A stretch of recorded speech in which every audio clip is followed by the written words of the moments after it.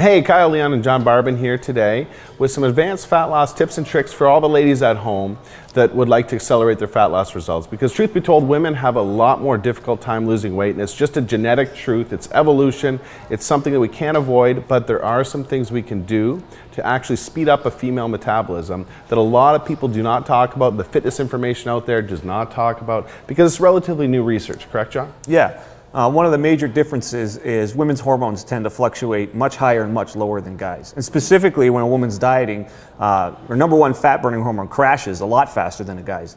And so that they end up hitting a plateau and they can't lose any more weight. And I'm sure all the ladies at home that have tried to diet with their man or with a friend or with their husband the exact same way as the guy probably hasn't experienced the same fat loss results and has probably hit that fat loss plateau a lot quicker. That's something that a lot of women write in and experience. And that's because of their body's number one fat burning hormone crashing and dipping a lot more than their guys. And there's some good news with that though. Yeah. Women get to eat up more and have more frequent cheat days to kind of deal with this crashing, and that gets them out of the plateau and gets them burning fat again. Well, that's one trick we use. Also, another trick that we like to use with our female clients is the fact that, well, between carbs and fats, women tend to utilize their fats a lot more efficiently than their carbs. So simply substituting out carb calories for fat calories can go a long way into accelerating the fat loss results of a female, correct? Yeah, and that works with the hormones going up and down and works to balance it all out. Moving forward, with all of the estrogen in the environment, we know that estrogen promotes weight gain and fat gain. There's so much more estrogen in the environment today that we never ever asked for between herbicides and pesticides and processed foods.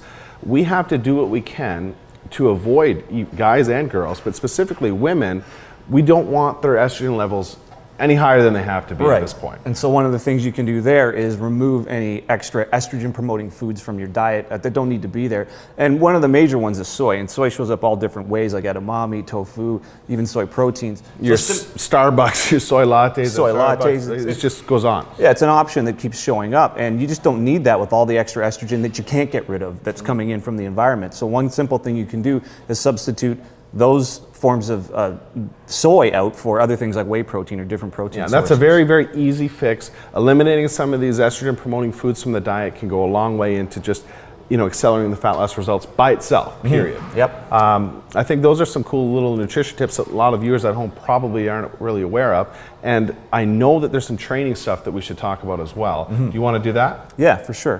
One of the major things is a difference in intensity between men and women with training.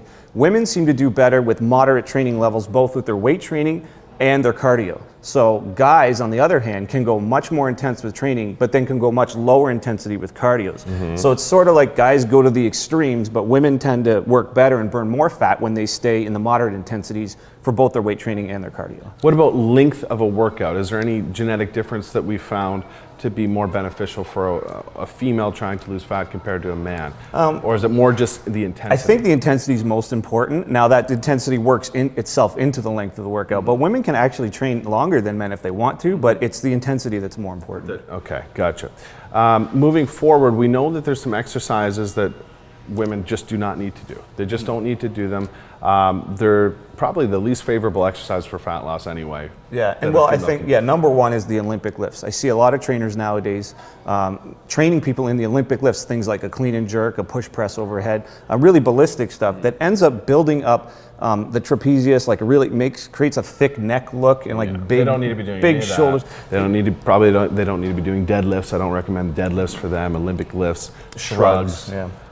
Anything of that nature, the heavy compounding movements are not usually necessary. No, it's not going to give you a balanced look. It's going to give you an overly thick upper body look, kind of like a male bodybuilder. So that's definitely exercises to stay away from, and it's not going to help with getting the heart rate up or burning fat. Now, one I see women do all the time in the gym that I really recommend against are sort of weighted abdominal, weighted core exercises, weighted oblique exercises that are going to do nothing but widen the waist. Yeah, now that's a big mistake and a big misconception that somehow training your abs and training your abs more often and heavier is going to make them leaner and smaller. No. But in reality, it just makes you blockier and thicker through that area. It'll actually make your waist bigger.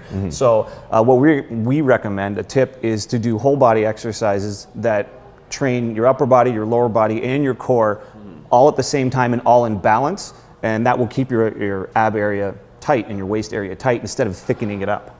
Okay, cool. So let's quickly review some of the tips that we covered for female fat loss today that is not really out there in all the magazines or publications. Starting with nutrition, one, okay, women can incorporate a few more cheat days, a little bit more frequently to spike their body's number one fat burning hormone, which tends to go in the tank a lot quicker than guys.